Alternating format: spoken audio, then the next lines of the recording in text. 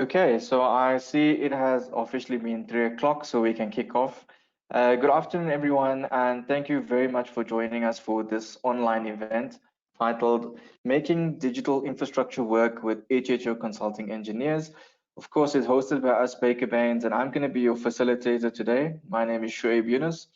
I am the BIM Technical Specialist for Civil Infrastructure and Mining here at Baker Baines. And today I am actually going to take the back seat and hand you over to the civil engineering duo of Brentt Mossick and Avershni Moodley, who will be taking you through how they tackled complex civil infrastructure projects using digital transformation. So if that sounds good, let's have a look at the agenda for today. So first of all, it's a welcome, which I've practically covered, short and sweet. Then we've just got 2 slides on who we are as Baker Baines, what's our mission, and what we do to help you design and make a better world. We're then going to look at a quick overview of the main technologies used by HHO to actually tackle this project, which is Infowax and Civil 3D. And then thereafter, I'm going to actually hand you over to our keynote speakers for today, who will give you the story of how they applied this into their design processes. Then we're going to just have a conclusion and takeaways, what you should take away from the session. And then, of course, if you have any questions, we will address them at the end. You are free to use the chat box and we will take it as it comes.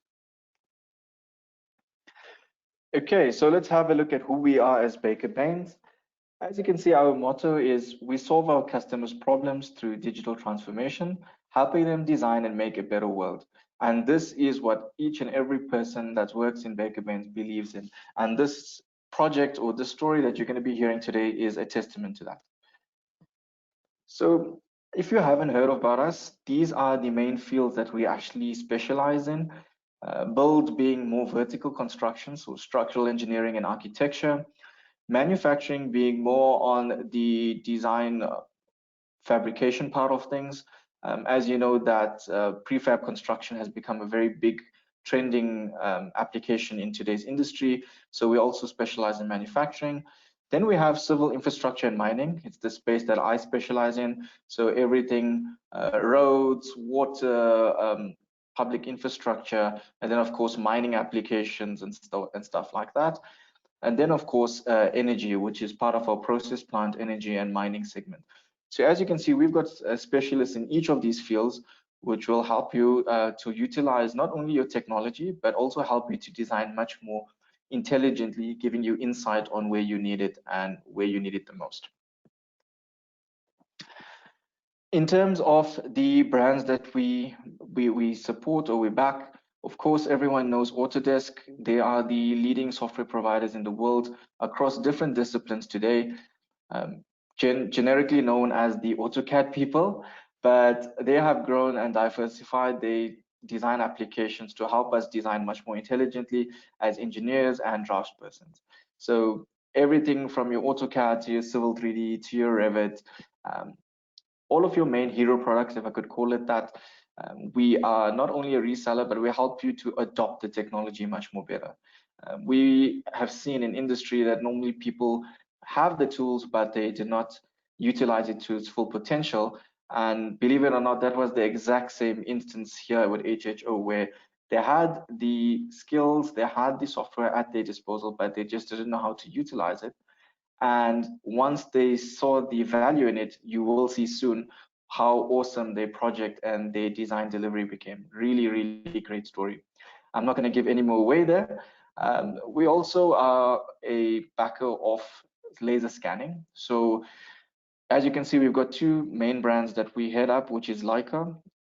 In the Leica blocks, you will always see it's a BLK360, very compact, small scanning device. Really used a lot for interiors, asset management, buildings, really good scanning that we have adopted and implemented, as well as did a lot of consulting for in the past few months, even over the years. And then, of course, if you're looking for much more of a rugged application, we've got the TopCon. The picture you see there, the GTL 1000, that's the latest model that they have, which is also for much more longer range scanning. So you've got the GLS 2000, which can go up to a range of 500 meters being the highest range. So we are a strong advocate of using technology to help us design and make life easier. If you were part of my last webinar series, I did cover perfectly IDAS for stormwater design, a brilliant tool that in conjunction with Autodesk Civil 3D is a must for every civil engineering designer or professional out there. So if you haven't heard of it, please make a note of it or keep it in the back of your mind. It's something definitely to utilize, especially for pipe networks, road design, urban design, and so on. And last but not least, especially in the time that we are right now, Cad Learning is the tool for any designer or professional that wants to learn on the go as well as upskill. So Cad Learning is more or less an online platform that has the majority of the Autodesk softwares, be it your Civil 3D, Revit, Inventor, Infowax, Recap, Vehicle Tracking, 3ds Max. There's a whole list of them on there, which has pre-recorded videos in form of lessons, which you can actually follow with the person, as well as download an exercise file and do it with them. So it's learning at your own pace, learning at your own comfort, and it makes your life much more easier to upskill as well as tackle a project head on. So it's a very good tool to have. Not only that, you can actually do a skills assessment on yourself to identify the areas that you need improvement in. It'll create a key playlist based on these weaknesses. So it'll filter out the manner in which you would normally do it, where you would have to go through the entire playlist all over again, but rather it will filter those specific topics and you will actually tackle them, and you can test yourself again to see if there's improvement. We've seen a huge adoption of it in the market at the moment across various disciplines, and the results have always been great. So that's just a quick snapshot of who we are, what we do, and the technologies that we embrace holistically. So let's come to today's actual session, where we're going to look at the Autodesk Solutions, the two main solutions that are actually used by HHO to do their task at hand. So as you know, Autodesk has created collections which helps us design much more efficiently and intelligently in the fields that we are in. Today, we are playing in the architecture, engineering, and construction field, and therefore we are looking at the Aec Collection. It's a bundle of tools that have been put together for civil infrastructure professionals specifically that you would use on a typical project. And you can see it's from laser scanning to conceptual design. So laser scanning being Recap Pro, Infowax being conceptual design, Civil 3D detail design, vehicle tracking, insights, robot structures and Revit for more structural design and analysis. And there's a lot of other tools that you can use at your disposal. And of course, today, the two main tools that were actually used were Infowax and Civil 3D, but it was in conjunction with another two software, which I'm going to reveal in the next slides. So I always have the slide regarding the technology, because like I said, most of our clients and most of the users actually have access to these tools, but they don't know exactly what it does. So if you do have an Infowax shortcut on your desktop, right, which normally all of us have, but we haven't clicked it, please have a look at it. It's a very, very good conceptual design tool that, if utilized correctly, can actually be linked or give a portrayal of your detailed design intent. It's very visually rich. It has great 3D content, geolocation. It just makes your life much more easier as an engineer to convey your design intent to someone that's not really that technical. And we find this a lot in the field, where the client or the person that's putting in the capital for the project or signing off the money for it does not have the technical expertise, but they do have the capital that they want to invest in. And the best way to actually visualize their investment is to give them a 3D model. And this is what Infowax does. So if you're looking at a capability snapshot, I've just drafted this quick one for this event, just to give you an idea of some of the key features I found in Infowax. There is much more. Especially in the new 2021 version, it's become much more streamlined and simpler for users to use. But one of the key ones that we used for this project by HHO was state-of-the-art presentations and proposals. And this helped a lot. It helped them get the technical design in a much more simplistic way out there to people to understand. The next actual detailed design software used was Civil 3D. I think everyone should know about Civil 3D. If you haven't, we really need to have a talk. But Civil 3D is the design tool. If you're especially in infrastructure, if you do a lot of roads, stormwater survey, gradings, platforms, detention ponds, dam designs, you can do all of this in Civil 3D. Not only that, you can link in your GIS data. Now with the new extension for Esri Online, you can actually bring in your Esri Online data, link it to your design so that when you're doing your construction design, you don't let the contractor hit a pipe on site, which we've seen a lot of times. So it gives you much more insight, and it's a very, very, very powerful tool, great interoperability, and it links perfectly with Infowax, Revit, and so on. Again, this is just a capability snapshot, just to give you an idea. So if you don't know about the software that much, you can see that it has a lot of capabilities. Also collaboration with BIM 360 now, where it allows you to work remotely, something that we all need in these times, as well as if you're working on sites and so on. So if you want more info on this, again, our contact details will be at the end of the webinar, or you can drop us a chat message. We'll gladly fill you in. But I think that's enough for that. The tools that were used specifically to help HHO create this awesome 3D model was Infowax, Civil 3D, Revit, and believe it or not, Inventor. We'll get to that part soon. But as you can see, Infowax was for the design intent. Civil 3D was for basically the accuracy. Revit was the architectural models that needed to be placed in for visual representation, and of course Inventor for some parametric modeling. So I'm not going to give enough or a lot away, and this is where I'm going to actually hand over to the HHO duo, right? So I'm just going to give you a quick intro on who they are. So our civil superstars of today are Brentt Mossick and Avershni Moodley. Both of them are at the HHO Consulting Engineers office here in Johannesburg. Brentt, of course, is the director of the Joburg region. Of course, Avershni is the junior civil engineer here at the Joburg region. Both of them have done amazing work, and what you're going to see is probably going to blow your mind, especially when it comes to civil infrastructure. The reason why we had this event was we've seen in civil industry that technology adoption is not that great.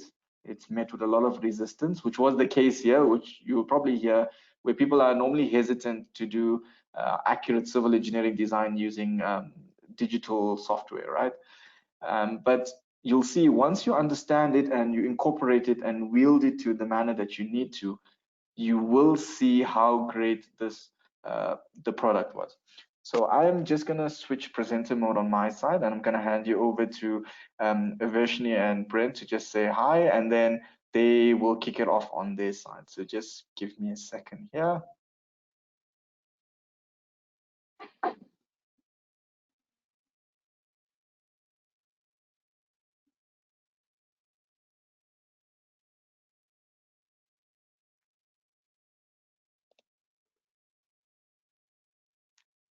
Okay, great. Over to you, Avershni and Brentt.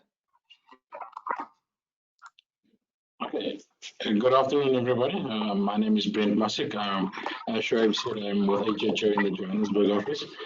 Thank you for that introduction, Shuaib. The next time we have an argument or I have a long list of queries, I'll remember the word superstar before you respond to me.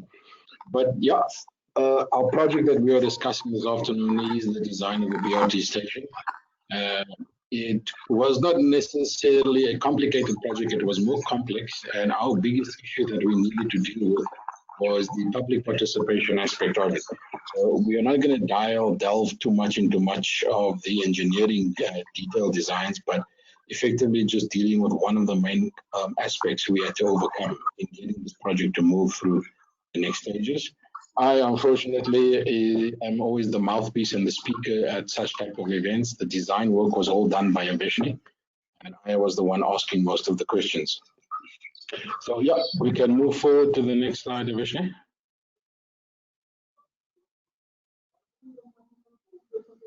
Yeah, HHO Consulting Engineers. For those that don't know HHO Consulting Engineers, an interesting fact is that we are actually the second oldest consulting engineering firm in South Africa. We are currently 94 years young, looking forward to the next 94. We are a multidisciplinary firm, and those are the main areas of expertise that we offer. So please feel free to check the website to learn more about us and to see our contact details. But yeah, we'll get straight into the project.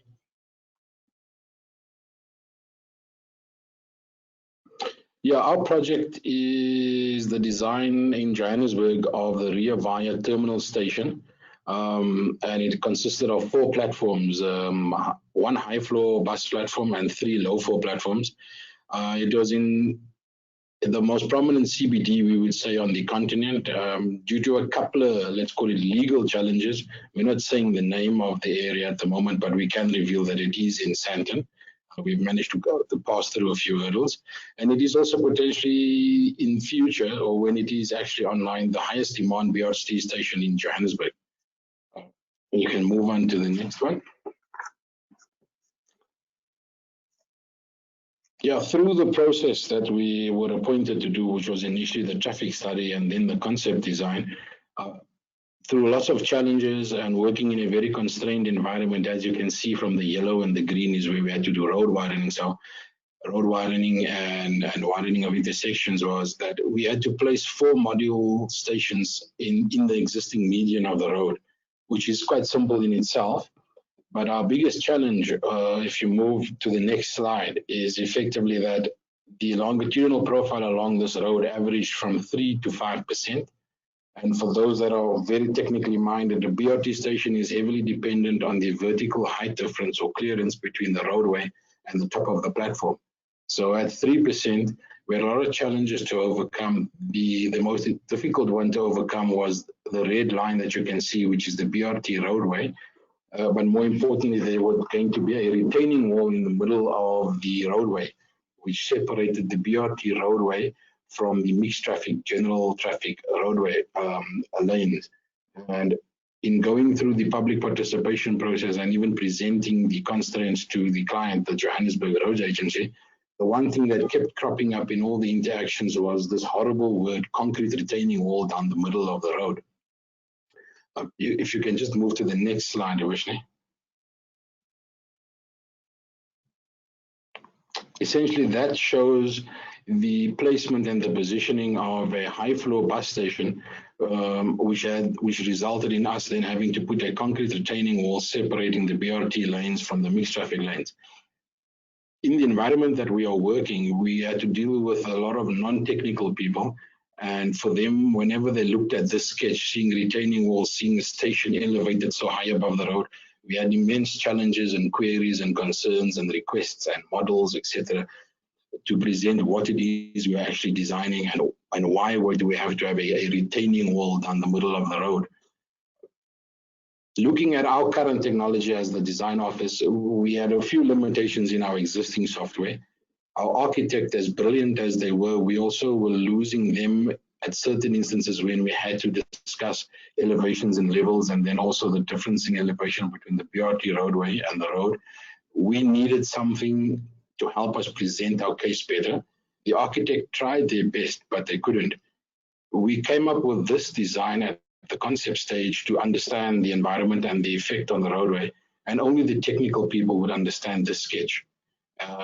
And everybody was looking at a rolling retaining wall down the middle of the road. That did not make sense, and why was the platform so high? So those were the challenges. I remember one public participation session with one of the prominent businesses in the CBD. We were actually kicked out because they could not understand what we were trying to present. We then went back to the office, to the drawing board, after looking at the next slide, after looking at the architect slide, which wasn't actually descriptive of the design we were trying to produce and to convey. We had an internal discussion. We spoke with our structural division, who largely use Civil 3D, Infowax, and Revit for their design, who then encouraged us to contact Baker Baines and discuss modeling the entire design in Infowax. At that stage, we had already done the design in Civil 3D, but did not know how to move to the next level, which was to create an Infowax model to improve the presentation.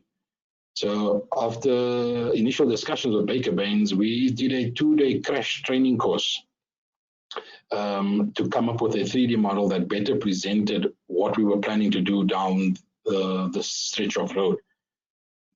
The image there was basically a result of a 2-day training session and a 1-week workshop with Baker Baines, with Shuaib, to produce a very basic understanding of what we wanted to achieve. With that success, in terms of being able to interpret our design, we then fully went into adopting a different workflow process, which was to convert the entire design to 3D, which meant changing a few of the inputs in Civil 3D to produce an Infowax model that accurately presents the design.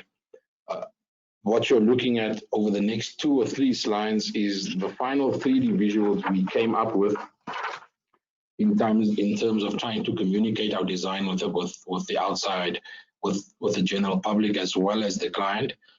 Getting to this level and being able to show this reduced impact of the horrible concrete retaining wall gained a lot of perspective to the stakeholders, and then we received a significant amount of buy-in and more comfort from everybody about what we were trying to build.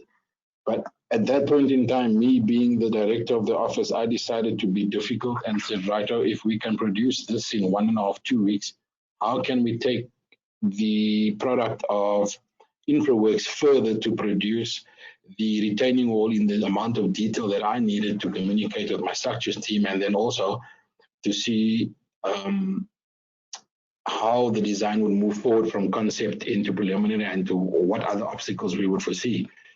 With just a basic overlay of the long section and the retaining wall, we hit a couple of hurdles in that looking at this cross section and looking at the top profile line, we had a varying height of the concrete retaining wall, which we couldn't account for in a simplistic manner through our design process or in an automated manner. And this is where we took our discussions with Baker Baines even further to see how the software could assist us in developing a retaining wall that would match further design changes, because at this point in time, the design was still only at concept level. There were a few more iterations that we are not showing that we had to work through, and equally being able to communicate certain changes to the architect in as short a time as possible. So from here, we basically bring in the new software called Inventor, which Shuaib will speak about in terms of how he managed to create a template to assist us with modeling and placing the retaining wall with a decent amount of accuracy that we could make certain decisions in the design. So yeah, that's my introduction of what our project was and how we overcame our hurdle in trying to communicate our design. I'll hand over to Shuaib now to go through the Inventor section, and then Avershni will come back later to just give a bit more detail on the process that she went through in the crash course in trying to learn the software and apply the software. Okay, great. Thank you so much, Brentt, for that. As you can see, guys, we're using, like Brentt said, it was a complex project to provide a visual representation for. They use Civil 3D, they've got the correct, accurate profiles in, and what they needed to actually represent was the actual positioning as well as the detailing of that retaining wall. So knowing that the ecosystem of Autodesk is very collaborative, and being a BIM technical specialist, I had looked into Inventor for parametric modeling. So Inventor has this capability where, because of design to construction or prefab, it's a very handy tool used by civil engineers, architects, parametric modelers to get very specific details and link it to various types of models. And what I have decided to do was model or take that standard detail that you saw in the previous slide and create a parametric model of what you're seeing on your screen. Now, the advantage of having a parametric model is all of the dimensions are intelligent, meaning that if you edit one of them, the rest will update accordingly. So if I adjusted the height, then you would know that it will go down as I would want it to. And by using the profiles created by Avershni in the model, we were allowed, or we could actually assign this IPT file to that profile, meaning that it will take, or it will mimic the vertical profile created in Civil 3D by HHO that they required. and we attached this assembly, if I could call it that, if you're familiar with Civil 3D, to that profile. So it allowed us to give not only a visual representation to all those stakeholders that HHO needed to convey their intent to, but also a very accurate representation. So at first we imported it and it looked great. As you can see there, Infowax also gives you the correct levels or the below ground view. So if you do have services running below ground, you will actually see them, which is quite fantastic. So I assisted in that type of modeling where we took that assembly, imported it into Infowax, and then we applied it to that design. It was further tweaked by the HHO team according to their accuracy needs, but that's where Inventor came in. So it was more of a wild card, especially in the AEC industry, where civil engineers, we don't normally use mechanical tools rather, but it came in good time because of the convergence of design and construction and manufacturing, that it allowed us to apply it to the model. So that's just a little bit about the retaining wall. I will hand you over now to Avershni, who will take you through the rest of the technical design. So Avershni, over to you.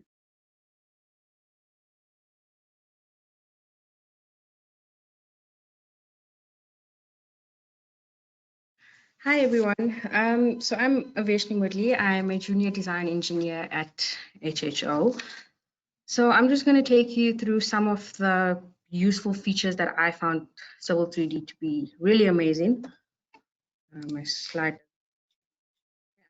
So firstly, I really like the ease at which the coordinate system could be set up in Civil 3D. So we received LO29 system from the surveyor that was easily negated in Civil 3D from Northern Hemisphere to Southern Hemisphere. So this was just to ensure that our design is coordinated and that it is situated correctly in the Southern Hemisphere. So in Civil 3D, the nice thing, you only need to set this up once. And for any other coordinate system that you have, you can just go to your library and assign it to your project. So that was very cool because as a young engineer, you would want to know that you are sitting in the correct place. Further to that, I really like the geolocation feature, which is basically an online map that is used to ensure that your design is positioned correctly. So as shown in this image, which I've taken directly from Civil 3D, you can see I brought in my DTM and I've switched on the online map. And from this, I can see that my design is on the road that I'm designing. So that was very cool. So next we get to assembly utilization. So due to the complexity of our BRT station design, different elements needed to be shown on different cross-sectional views of the road. So for example, sometimes we needed to show a delineated curb instead of a retaining wall, or in some instances, an entrance to a building needed to be shown, so the sidewalk needed to fall away. So this is where Civil 3D was extremely handy. It allowed us to create assemblies for the road, which helped to give a more realistic view of the finished product. Further to that, sub-assemblies were also easily modified to the correct size. So I could just input a basic curb and then modify the parameters of that to give me a figure 3 curb. And this was very easy to do. All the sub-assemblies are already in Civil 3D, so you just basically need to build up your assembly for your cross-sectional view of the road. Okay, so all in all, we are happy that we made the move to Civil 3D.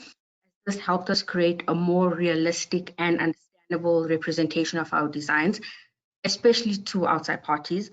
I mean, you could explain your project to someone with a single 3D image instead of using a layout plan, a long section, and a cross section, and then have someone imagine what a 3D view of that would look like. So Civil 3D really helped with that.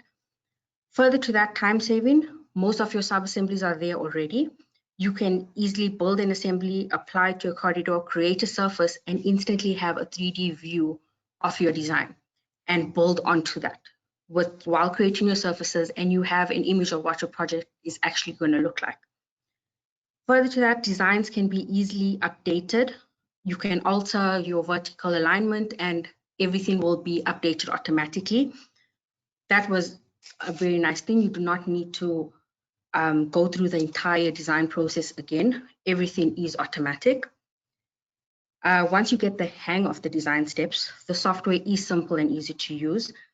Learning is an ongoing thing. For me, I'm still learning ways to improve my design and improve my efficiency of using the software. But learning material for Civil 3D is readily available. For me, self-learning and training helped. You need to actually do it by yourself. Whatever you learn on a YouTube video, your project is not going to be the same to that. So that's where training helped me, because what I've learned by watching videos, I could then apply it and make sure I'm actually understanding it correctly. So further to that, I think for me, you need to apply what you've learned. For me, I was forced to, by Brentt, to actually do my design in Civil 3D. So it was a good push. I can actually now do designs in Civil 3D, but you need to keep at it. You need to not forget about it after a month. So that's a good thing. But all in all, I'm happy with what I've learned so far, and I'm excited to see what else I can learn from Civil 3D and Infowax. Yeah. So that's Brentt and myself. You are free to contact us if you have any questions or queries, or yeah. Thank you, Avershni. Just in terms of the conclusion, I think as engineers or as project managers these days, we often find ourselves in an environment that from the day you are appointed, the client's deadline for when the construction tender must be advertised is non-negotiable. So with this project, we were always chasing that gun in that technically we have just passed through concept design. The construction tender is about to be advertised. We just received preliminary approvals for the TIA for the design and the design report. Where the value of Civil 3D came in is that with the level of detail that we could design to for just the concept in terms of the use of the various assemblies, you were almost always operating between a detailed design level presentation and concept. Because once we got through understanding how to set up assemblies properly, it was only the arguments that we had with the architect between 100 millimeters here and there. And yes, realistically, we had arguments over 100 millimeters to place positions and the station buildings that we could easily put together the construction document, extract the quantities with a relative amount of certainty, and put together a document that went out with a high degree of certainty that we haven't missed anything in our design. And the one thing we didn't focus on today was the integration of the services. It helped us to quickly pick up clashes as well with the services. So we did save quite a bit of time in terms of producing something that we were fairly certain with, while at the same time still learning the potential of the software.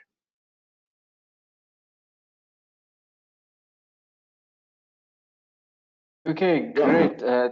Thank you so much, Brentt and Avershni, for your exciting experience, sharing it out with everyone, letting everyone more or less know that it's actually that much easier to actually apply this type of thing to an everyday design, as long as you've got the actual understanding of it.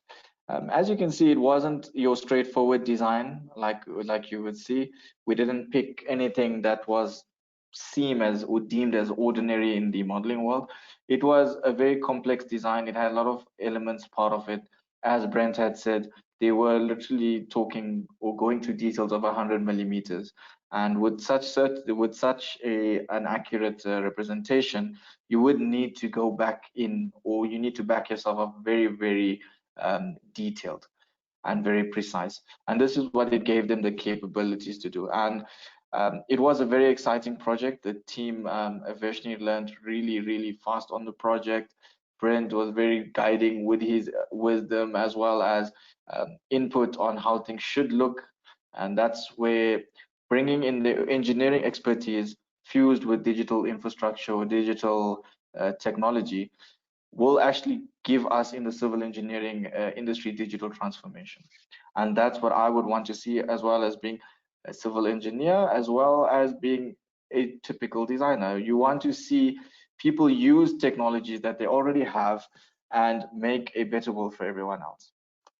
So with that, we are just going to wrap up quickly for today's takeaways, and then if there's any questions, you're more than welcome to send them in the chat box. So let's look at what we've learned today.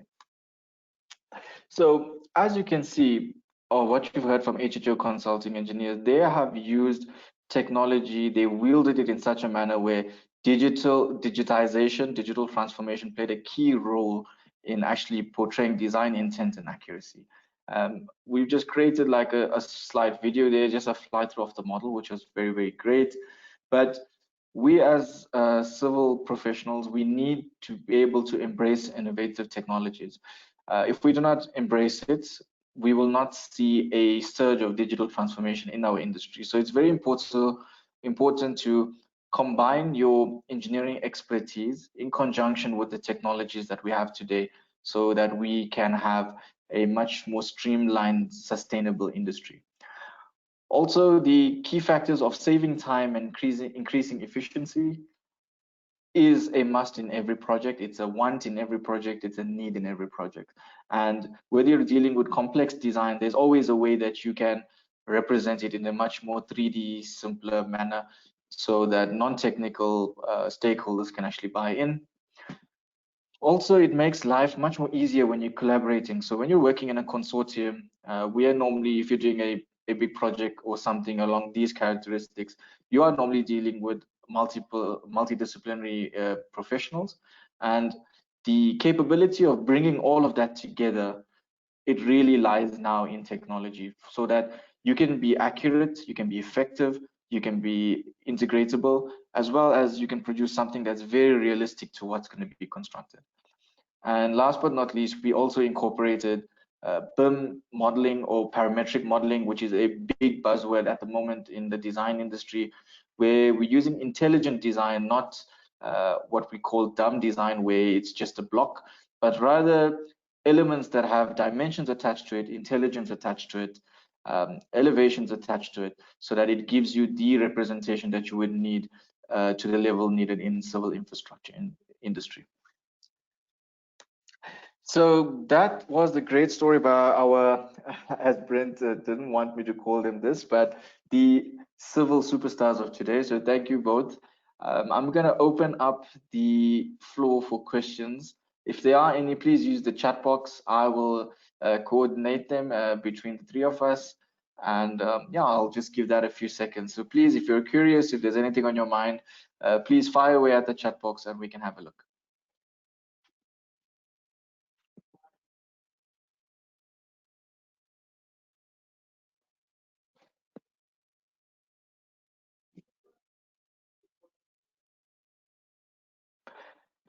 Okay, I see a question here regarding underground services, which I will take. It's more software related, but how is it that Infowax can let you see your services underground?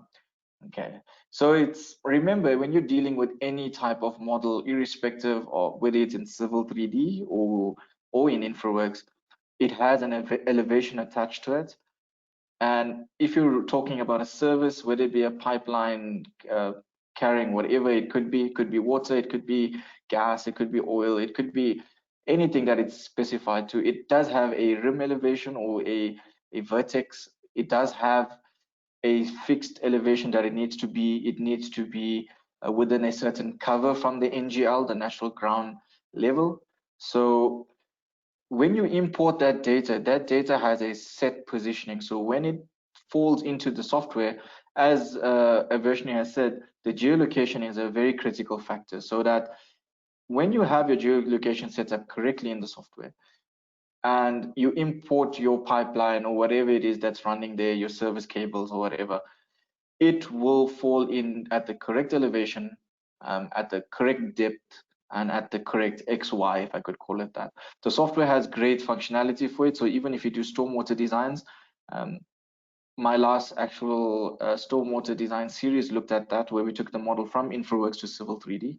So maybe have a look at that. But there's a lot of intelligent tech out there now that allows us to do this in a much more simplistic way. But thanks for the question. Sure, if I can just add. Sure. Yeah, I think key to that was also we have quite a detailed survey specification at HHO. But more importantly, we have a very good relationship with a surveyor that we typically use on all our projects. So once you specify to them a slight change from how they normally need to survey in terms of providing services at 3D elevations in the CAD model that they give you, as well as to try and combine and overlay ground scanning, because in if I could say, complex urban environments, surveyors hate opening up manholes, etc., for various reasons. You need to find a way to merge your ground scan information with your actual survey. That actually helps the software interpret and read the attributes much easier, much better. And then you'll get the 3D presentation and placement of your services. Perfect. I couldn't have said it better, Brent. You would need all of those to be incorporated to make your life much more easier, as well as to be processed much more systematically in the software. So the old rule replies of what you put in is what you get out. So the data that you incorporate into your design, if it's great and it's accurate, I mean, you're going to get the same out. If not, it's going to be garbage in, garbage out, which is an old saying. So your engineering principles, your technicalities still apply. But thank you for that, Brent. Let's see if there's any other questions here. Okay, these are more software related questions, so I will take them. There is a question here regarding the parametric model. So a Revit user is asking, why haven't we modeled it in Revit? Good question, okay? So if you're bringing in a parametric object from Revit into Infowax, the geometry at the moment is not that editable in Infowax itself. And the workflow that has been recommended, used, as well as tested for a lot of objects, specifically bridge design. That's where I got the actual idea to model the parametric wall in Inventor, because it's interoperable with IPT files. So IPT files are files that are used by Inventor, and it's directly readable into Infowax. So sometimes you would find that if you did model a Revit object, or if it's parametric, sometimes you might find difficulty assigning it to an alignment to an elevation, which is a bit tricky sometimes, whereas the workflow is much more streamlined when it comes to Inventor. So that's why we used it. We also have to actually follow best practices, and this was actually recommended from our side, and it worked perfectly. Correct. Thanks for that question. Let's see here. Okay, so this one goes to the HHO team, right? There's a question there that says, I would like to know the workflow used by HHO when the intersections was approached. Did they use multiple drawings, or was it done in a single drawing? So, Brentt, Avershni, you can take that. I'll take that one. Oh no, Avershni, you take it. You did the design.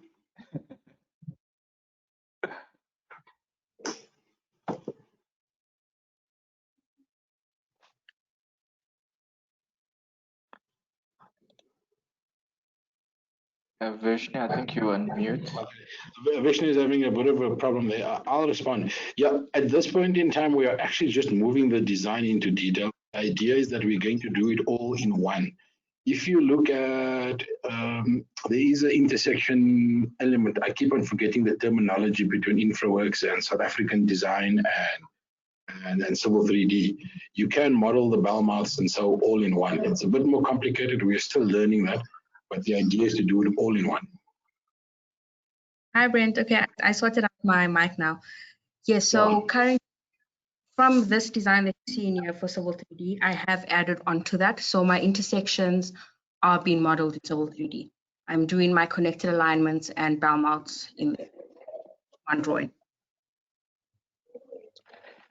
Perfect. Thanks, Avershni and Brent.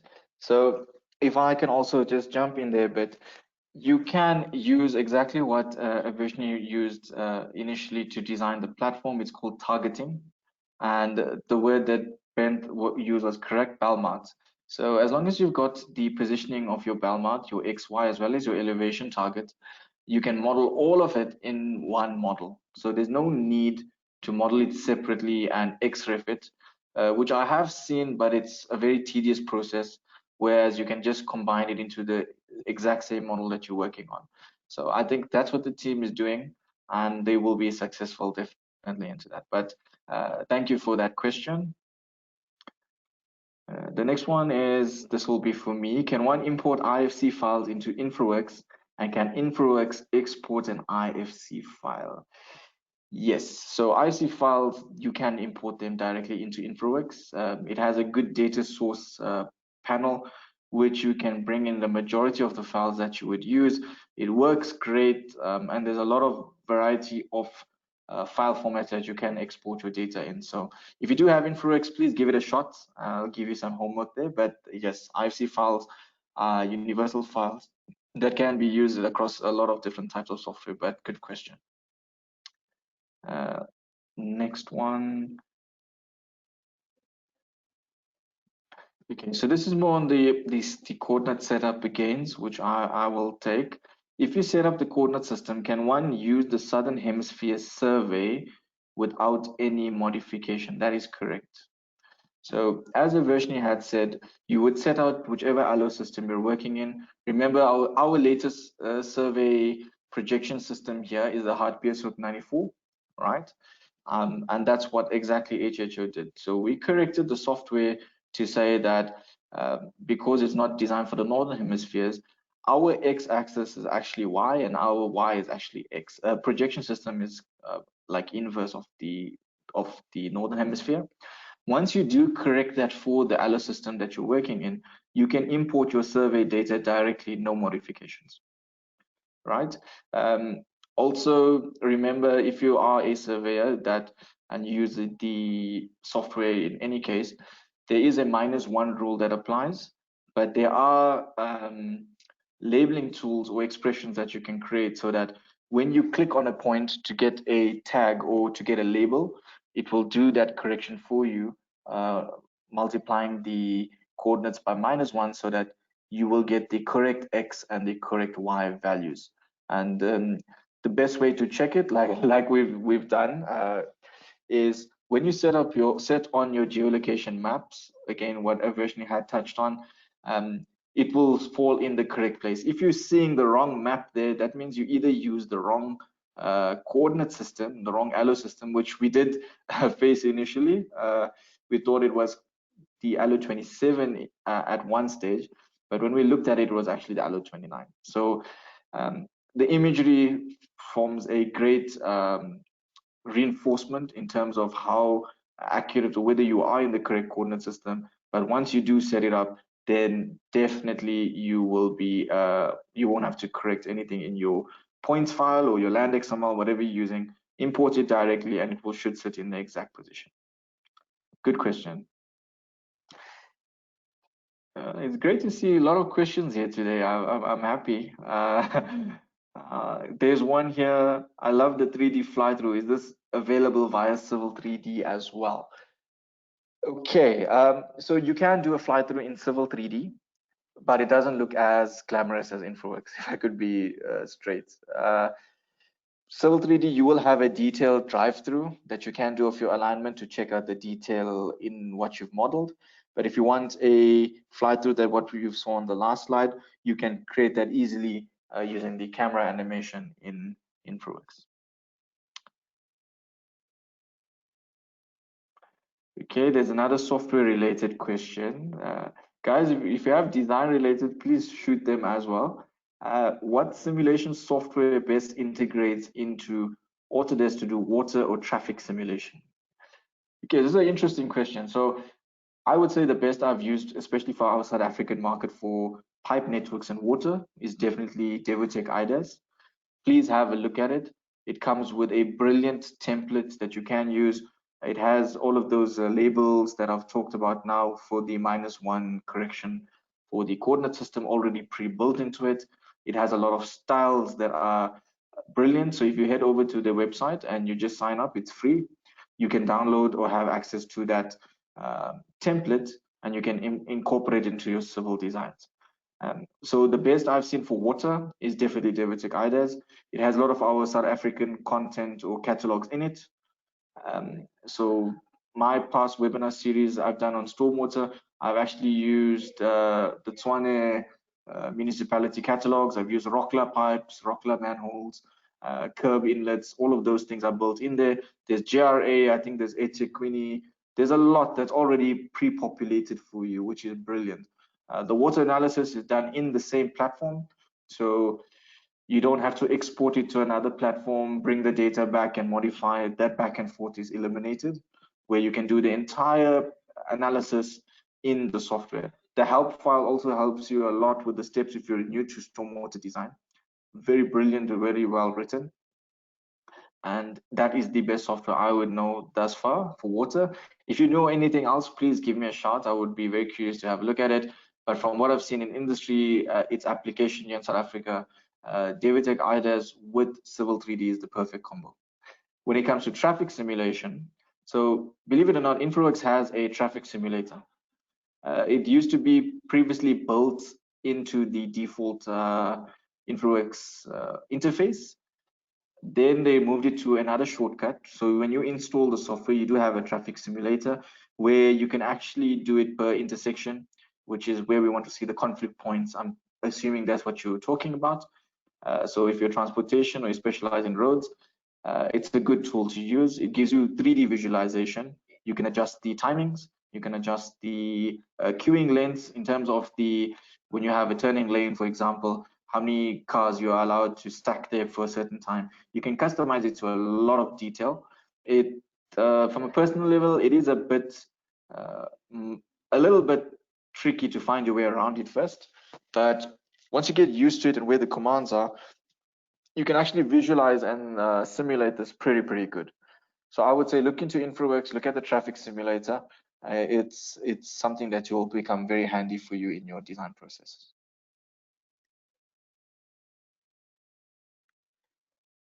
Okay, is there any other question, guys? Any comments? What you thought of HHOs, our superstars today? What you thought of the design? I think it looked very brilliant compared to looking at normally 2D sketches of roads and bell mouths and medians and standard details. To actually see a detailed model linked to a 3D design is quite brilliant. So if you have your comments, you can always shoot them. It's always nice to hear them. If you have any other questions, I'll give you like maybe another 10 seconds if you want to go give it a go.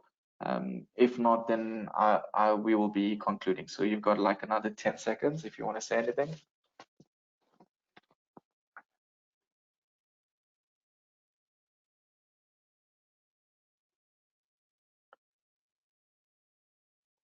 Okay, HHO, the users are saying that your stuff looks really great, but too good to be true.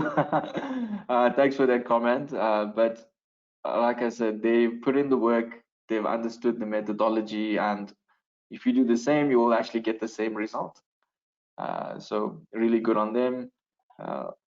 Users also saying very great webinar, well presented. So well done to Avershni and Brentt for your description, your how you tackled it, how you explained it. I think the users are saying that is very well put forth. So well done to both of you on that. No, thank you for the comments. Thank you for the words there, Shuaib. I think the people still don't know we are fighting about something as simple as there's still a shadow underneath the road markings, but the software will eventually get as perfect as us. But yeah, I think we went through a hell of a curve in 1 month, from going on YouTube videos to chatting to Baker Bains to what Avershni has been able to present thus far on the project. So my thanks goes to Avershni for putting in the effort. Again, to Shuaib, Johnny, and Jackie at Baker Bains for taking the time to go through all of my painstaking questions and queries and comments and fights and arguments to actually produce something like this. But it can be done. It is that simple, if I may say that, once you understand the workflow and the process of it, and it will save you time. So yeah, no, I'm grateful that, as Avershni said, I forced her to do it this way, but I think we are better for it going forward to the next design that we'll do. Perfect. Any last words from you, Avershni, before we wrap it up? Oh, my mic's working now. No, thank you. Oh, it wasn't easy dealing with me and all my questions I tried to explain to you what I wanted the design to be and for you to actually understand what I'm saying. So thank you to Baker Bains. I don't think I would have gotten this far just on YouTube videos. I think the training helped me a lot because I would do things that I didn't really need to do and I would waste my time, but training with you really helped, really helped. So thank you. Perfect. Thank you so much, guys. It was always a pleasure. I enjoyed working with you two as well, but technically I just guided you and you guys actually arrived at such a great model. So well done. Kudos to you two that you've come so far. We definitely should have another session because I'm going to keep an eye on you guys on what you're designing and if you're keeping up to par, probably exceeding it, I hope. But yeah, thanks for everyone that's actually joined us. These are all our handles. If you want to follow us, get in touch with us, check us on LinkedIn. We've shared the post a lot. We've tagged Avershni, HHO, Brentt. Give them a follow. You can connect to them if you want to chat to them on LinkedIn and maybe you want to discuss something. But these events are here to show you that there are much more better ways, much more exciting ways, much more cooler ways now to do things that you might feel a bit of resistance, which is normal for anything that brings about change. But once you embrace that change in a positive way, you could be trendsetters like what we're seeing here today by Brentt and Avershni.